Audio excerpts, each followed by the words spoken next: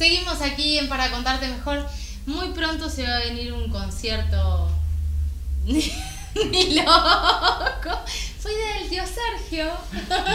Son las ideas que tiene el tío Sergio Teff, que llega a decir pavadas. Bueno, no, algún día sí. Cuando toques así re bien, toca muy bien. Qué bien que toca la guitarra mi hijo. Estoy una madre babosa. Bueno, seguimos aquí en Para Contarte Mejor. Me está odiando en este momento Santiago por culpa de Sergio. Y como lo anuncié también en los avances, en la apertura de Para Contarte Mejor, y recién lo charlábamos un poquito con Adri desde otro lugar, vamos a hablar con nuestro asesor legal y columnista en la radio y futuro conductor de la radio. No, es demasiado. Bienvenido, estamos con Cirilo Bustamante. Gracias. La gente de aquí de TVP no te conoce todavía, pero te va a haber seguido. Tocamos temas Ya está, vos los contratos los haces al aire, o sea que es imposible después revocarlos. Está claro, bien, como está bien. vos, tus reclamos sindicalistas los haces al aire, que querés mate, que querés Ah, esto. está bien. Sí, Bueno, sí. hoy mirá, te tapé la boca, pizza. No, pues no puedo comer en cámara. Hoy vamos a hablar con Cirilo de dos temas. En el primer bloque vamos a charlar de lo que viene hablando, de lo que venía hablando la doctora Adriana Paredes aquí, que tiene que ver con una muerte digna, con brindarle al paciente muerte digna, pero desde el costado legal. Ya lo charlamos en radio y estuvo buenísimo. ¿Qué es esto de muerte digna? Hay una ley. Hay una ley, en realidad se trata de la Ley Nacional de Derechos del Paciente, que una de las modificaciones más recientes es de 2012, pero la ley madre, digamos, para no confundir, es la 26529, que es la Ley de Derechos del Paciente nacional. Es una ley nacional. Es una ley nacional. Algunas provincias, incluso Río Negro, se habían anticipado a esta ley nacional y habían regulado la cuestión de la muerte digna desde las legislaturas provinciales. El problema es que, y así lo han entendido algunos tribunales, quizá las provincias no tienen la competencia para regular esta materia. ¿Por qué? Porque hay cuestiones penales, civiles, etcétera, que pertenecen al derecho de fondo. Claro. Entonces el Congreso de la Nación es que tiene que regularlas. Entonces ahora sí está claro, antes era discutible quizá, pero ahora sí está bastante claro cuáles son los derechos del paciente en esas situaciones. Y a nivel nacional. Y a nivel nacional, y entonces sí, tiene la facultad de excluir, por ejemplo, la responsabilidad penal de un médico, claro. ¿sí? Porque lo regula una ley nacional, porque el mismo legislador que puede derogar un artículo del Código Penal, o modificar el Código Penal, sí. es el mismo legislador, es decir, quiero decir el legislador nacional, es el que ha sancionado esta norma.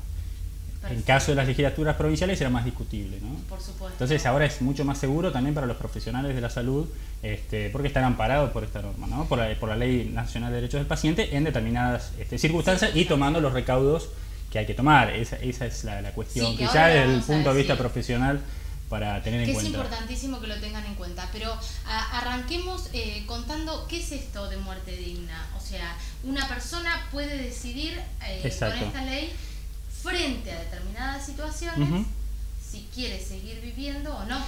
No es tan así, porque, a ver, si bien el rótulo es muerte digna, cuando se habla de ley de muerte digna, es más complejo. Creo que yo te había contado el caso de Albarracín, que era el caso de un testigo de Jehová, que había dejado un testamento vital, una directiva anticipada, según los términos de esta ley, sobre cuáles son los tratamientos que iba a aceptar o iba a rechazar en caso de que no tuviera la conciencia para responder una pregunta, ¿no? Es decir, bueno, en caso de que esté en coma, yo los términos médicos no los conozco, pero digo, no pueda expresar mi voluntad, por ejemplo, si voy a recibir una transfusión de sangre. Claro, hay religiones que no Entonces, permiten por ejemplo, los testigos de Jehová. Entonces, ¿cómo se hace? Anticipadamente, por eso se llama directiva anticipada, yo dejo expresar mi voluntad. Hay dos maneras que ahora te voy a contar que prevé esta ley. Pero dejo anticipada mi voluntad. Y la voluntad de esta persona era de no transfundirse. Claro. Y la pareja, una mujer joven, pareja de este muchacho, pertenecía a la misma religión y sabía de la existencia de este testamento vital o directiva anticipada, con lo cual se generó un conflicto entre el padre del chico, ¿sí? Del de joven, y la novia. Claro. Hubo una vía judicial, llegó a la Corte Suprema nada menos, y la Corte Suprema dijo que no, que tiene que prevalecer la voluntad de esta persona, exactamente, por sobre la del padre, ¿no? El padre, obviamente, en lugar de padre, y además no compartía quizá las creencias religiosas de su hijo, lo que quería hacer era desesperadamente ver la manera de salvarle la vida. Claro. Pero entonces no se hizo la transfusión y, sin embargo, esta persona sobrevivió. Por eso digo, lo de muerte digna es un título, pero hay que tener en cuenta de que el derecho es a recibir o rechazar determinados tratamientos, lo que no implica que necesariamente esa persona debe morir. Quizá rechazo el tratamiento, voy a un tratamiento alternativo y resulta que después, por otras circunstancias, muchas que pueden ser, termino salvándome de esa manera, o viviendo mucho más, o lo que fuera. O sea, no es la decisión de morir, más allá de que la palabra ya engaño, sino que es la decisión de rechazar un tratamiento. Claro. Quizá en un caso muy claro de una persona que está bajo un encarnizamiento terapéutico o tiene un soporte vital, artificial, etcétera, sí, sabemos que el resultado va a ser la muerte. Pero en otros casos no es tan claro, como en este caso de otra función sanguínea o de otros, o quizá pacientes oncológicos que deciden elegir otro tratamiento, claro, por ejemplo. Pero no significa que está decidiendo morir, está decidiendo no someterse a ese tratamiento y quizá tiene un mayor riesgo o un menor tiempo de vida, pero no es decidir morir, sino que es decidir no tomar un tratamiento por otras cuestiones, ¿no? Para quedarse en su casa, para hacer un viaje, para lo que fuera. Es decir, el eje filosófico, si se quiere, de la ley es el principio de autonomía. ¿No? Creo que en la radio lo hablamos, quizá hay una figura del médico, también de otros profesionales, pero el médico también es centralmente, a través de la historia, una figura ciertamente paternalista, en el sentido de que no solo tiene un conocimiento técnico, sino que además quizá ejerce cierta influencia de buena voluntad y a través de su creencia sobre la autonomía de la persona, ¿no? Es alguien al cual uno va y le pregunta, quizás, y sobre todo por ahí en pueblos chicos, otras cosas, además, o es una especie de guía, ¿no? Es una figura protectora. Entonces, esta ley, más en el sentido, liberal en el sentido clásico de la palabra, el eje de la ley es que la persona es autónoma, la persona toma por sí misma sus decisiones cuando tiene la capacidad para hacerlo, ¿no? Estamos hablando de personas mayores de 18 años. ¿Qué pasa, Siri, cuando una persona decide hacer esto? ¿Qué tiene que hacer, digo, concretamente ante la ley para que se pueda tomar esto como, no sé si se llama testamento o... Vamos a separarlo en dos etapas, digamos. Las directivas anticipadas se toman antes. Por eso la palabra, ¿no? Entonces yo antes, por ejemplo, ahora mismo salgo acá y digo, bueno, ¿qué pasa si mañana tengo un accidente de tránsito o lo que fuera y estoy en una situación así y no me quiero someter a determinados tratamientos o no quiero que se prolongue mi vida de una manera artificial, etcétera? Entonces, ¿qué hago? Dos maneras. Puedo ir a un juzgado de primera instancia, eso dice la ley nacional. No especifica qué juzgado de primera instancia, yo entiendo que debería ser civil o quizá familia en todo caso, pero uno de esos dos. Digamos en Viedma, por ejemplo, o a un escribano público. Perfecto. Y entonces ahí con dos testigos lo que hago es elaborar un acta donde expreso cuál es mi voluntad, cuáles son los tratamientos, etcétera. Nada más, y eso queda protocolizado. Lo que pasa es que si se hace por escritura pública, vos vas a tener una primera, esto es medio técnico, pero vas a tener una primera copia o testimonio, como se decía antes, y el original va a quedar en el registro del escribano. Si se hace en un juzgado, no sé si se ha hecho ya en Viedma. Supongo que sí, pero verdaderamente no me consta. Además de tener vos una copia certificada por el juzgado, seguramente se va a protocolizar y va a quedar en algún registro que lleve el juzgado. No sé si habrán creado uno especial para esto. Entonces es muy simple. Ahora, Siri, hay otra cosa que es importante que también lo charlamos en radio y yo quedé así como rara, porque ¿qué pasa con el entorno? Una persona no hizo esto, no hizo este testamento, esta cosa anticipada, tiene un accidente, está en coma. El caso de Schumacher, lo que pasó la otra vez. Bueno, ahí el tema de nuestra ley nacional lo que hace es remitirse a la ley de donación de órganos.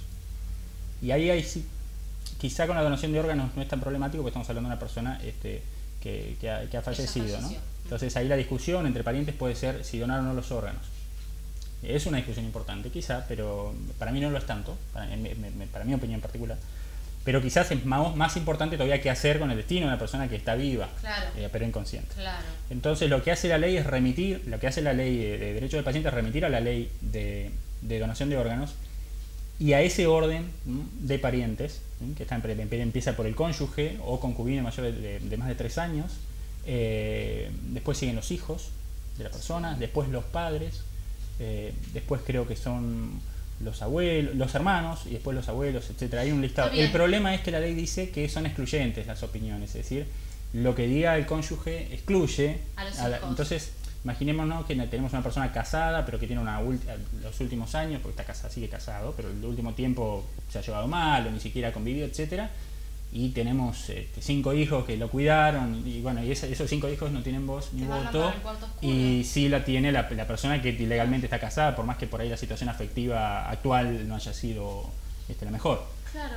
Bueno, pero lo que pasa es que son como grietas. Es quizá es difícil resolverlo, porque si no habría que establecer de qué otra manera, cuáles son las personas y que voten, es complejo. Es re complejo. Es complejo. Digo, uno entra en coma, tu pareja tienes derecho por sobre tus hijos a decidir si vos seguís viviendo o no. Exacto, hoy si tenés sí. un seguro de 4 millones de dólares Claro, no es si y te pasa para el otro lado, lo decide la pareja y no tus hijos. Exacto, pero no es si seguís Santiago viviendo o no, está sino es... con la ley. no es si seguís viviendo o no, volvamos a ese tema, es Sí. si se acepta o no tal tratamiento. En este Sí, caso también yo creo que también la opinión del médico, más allá de que justamente la ley lo tiende a dejarla en la persona o en los parientes, creo que también esta cuestión de la decisión debería darse en casos extremos, en casos donde el médico diga bueno, fíjense, este es el tratamiento y permite esta vía, no en el tratamiento normal, en un protocolo que además como profesionales tienen que seguir obligatoriamente, no en esos casos, ¿no?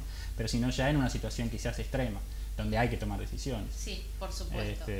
Sí, esos son los fantasmas que a mí se me ocurren, pero en realidad está bien, bien que exista una pero ley hay otros que contemple la fantasmas, situación. como te decía, que quizás a la falta de una ley como esta, tener una persona conectada a una Por máquina supuesto, durante y no los poder años de hacer los nada. años, con personas que tampoco pueden elaborar un duelo por la pérdida, porque la persona biológicamente está ahí viva y respirando, con ayuda o no, pero está ahí, entonces no podés, no te terminas de despedir de alguien que no tiene esperanza, etcétera. Es bastante... No, y aparte capaz que, bueno, no sé, pero debe ser espantoso tener una persona que parece que está ahí, pero que no está. Digo, es lo que me parece buenísima la ley. Digo que hay como grietas o que te hacen ruido ciertas cosas. ¿No? Sí, pero ya te digo, porque está remitiendo a una ley anterior, que es la de ley de donación de órganos, que es bastante más viejita, y entonces quizá, bueno, habría que retocar ahí. Perfecto. Cerradísimo este tema, muy claro. Bueno, esperemos. Le digo 8 minutos, se clava 8 minutos, le digo, ya está totalmente adiestrado mi coconductor de radio. Nos vamos a un corte y enseguida volvemos con Cirilo Bustamante porque vamos a seguir hablando de un tema que también lo tocamos en radio, que hoy salió una nota, un artículo en el diario Noticias también, que tiene que ver con no es la reforma, un nuevo Código Procesal Penal. Sí. Ay, metí suspenso. Nuevo Nuevo Código Procesal Penal, parece que desde el Ejecutivo llegó un proyecto del nuevo Código Procesal Penal y ahora vamos a hablar un poquito de este temita que armamos debate en radio. Armamos, sí. ¿No me debate. trajiste No, porque no quería debate. al doctor Nicolás Jansen? No quería debate ahora. No. Hay días que quiere debate y días que no quiere Cirilo. Nos vamos a un corte y enseguida volvemos. Antes, Abel, ¿tenés ganas de mostrar la pizza de Libra? ¿Querés mostrarle un toque? Después la mostramos bien. Pero miren la pizza de rúcula que me mandó Alex Gastón Richmond. Hoy a la mañana sacamos una nota hermosa.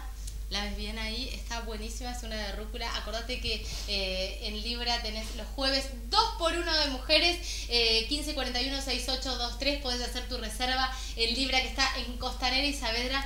Mi pizza preferida, mandó Alex. Así que después vamos a hablar un ratito de Libra y del hot sale que se viene. Nos vamos a un corte.